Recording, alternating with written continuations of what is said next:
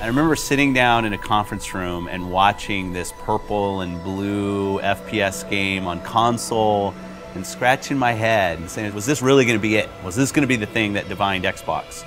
And obviously 10 years later it proves that that was the kind of the seminal moment for us, the beginning of Halo as an Xbox game. Not only did Halo 1 bring the FPS to the console, it also brought story. Cortana. I've spent the last 12 hours cooped up. The combination really established sort of a new genre, if you will, of FPS console story expectation. Halo did a lot of really conventional storytelling through cinematics and cool voice acting and great music, obviously.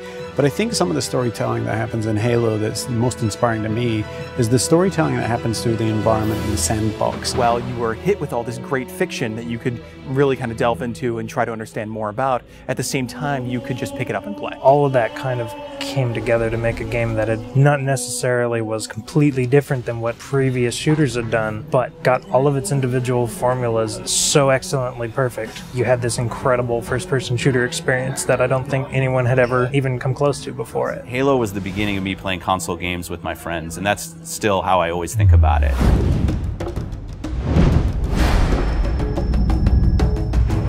I think people have been asking for a remake of Halo 1 since Halo 2 was announced. I like to go all the way back to the day that Xbox Live came out, and the demand for Halo 1 and the ability to play, say, co-op over Xbox Live kind of started, and it built up over the years and over the years. It was the perfect timing since the 10-year anniversary was coming up. It occurred to us that there's this entire generation of people who never played the original game. If you're an 18-year-old gamer today, you were 8 when Halo came out. We did due diligence on a number of partners. The number one requirement was that it didn't impact gameplay at all. You have a classic, you have something that's just magical, right? If you go and tinker with it, you're going to lose that magic. What we really needed was someone who could work with our existing physics and gameplay engine. Saber popped up really quickly. They're like, yeah, we can do this. We can make the game look like a current generation game, and we can do it by using the original Halo 1 engine. The gameplay in Halo 1 is what's called deterministic. In other words, if you feed the engine the same input, the game will behave in the same way. And if you can apply this principle across a network, you can have two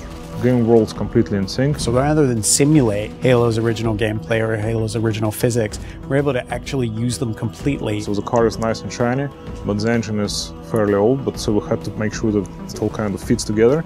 And then we had to speed up the engine to make sure it works in today's world.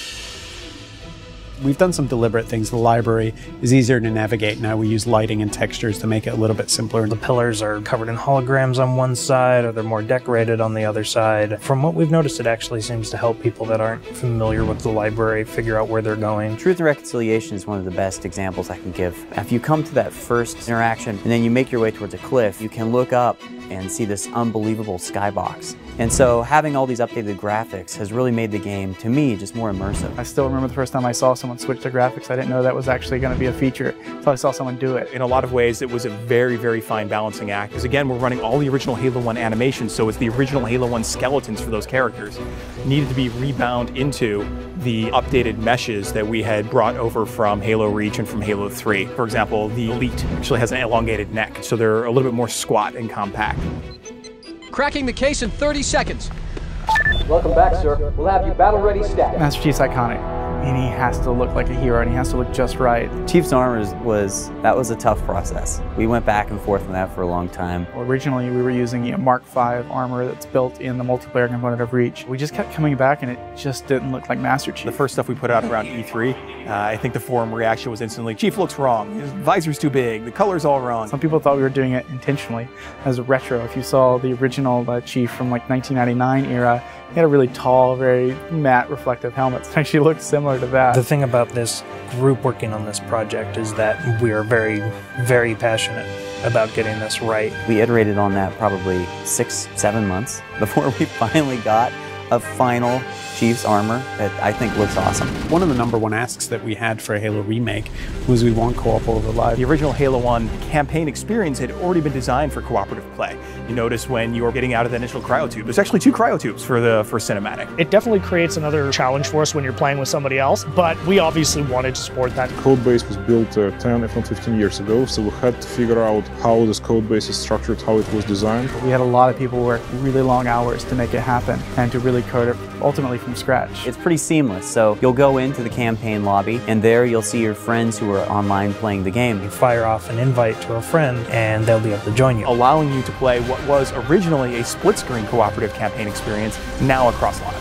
Skull on. Classically, skulls in Halo tend to affect behavior, which means the AI needs to support those behavioral changes. How do we create something that alters gameplay? Well, one of our fundamental tenets is keeping gameplay the same. Skulls are one of the tools we're giving the player that if they do want to change their gameplay experience a little bit, they can do it. The benefit to this is that most of these skulls are brand new. You've never seen them before, you never played them. Like Malfunction, where random HUD elements disappear whenever you respawn. Boom is a skull that increases the radius of explosions, making explosions more dangerous both for the Covenant and for the player. That in combination with something like Grunt Funeral means that you become very afraid of grunts. We must continue. This way, please. There are a few features that got into the game that turned out better than we expected, and 3D is probably the number one. It was unexpected, it was a bonus, and I don't see 3D very well, but it really worked for me. So for some reason it just pops in Halo in a way that it doesn't in other games or even movies.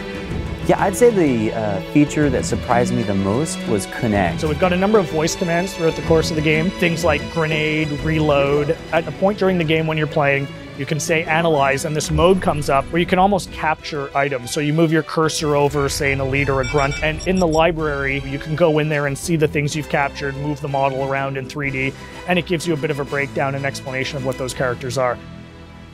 For me, when I think about Halo, I think about looking around and just the scope and the scale of everything. This is the game that started it all, and people can really dive in and play and remember what it was like to play it 10 years ago, and if you didn't play it 10 years ago, you can see what it was like 10 years ago. It's the quintessential walk down memory lane with a much better visuals. Ultimately, the thing you learn is it doesn't just look modern, it feels completely modern. Completely remastered campaign, great additional features like co-op over live, skulls, terminals, 3D, Connect, and multiplayer. Once you see it for yourself, I don't know, really, it's a pretty awesome experience. There's a lot of stuff in there for $40. We're actually really excited about the fact that there's so much there, and it's a real smorgasbord of stuff for people who enjoy Halo. One of the best values that you'll find this holiday season by far.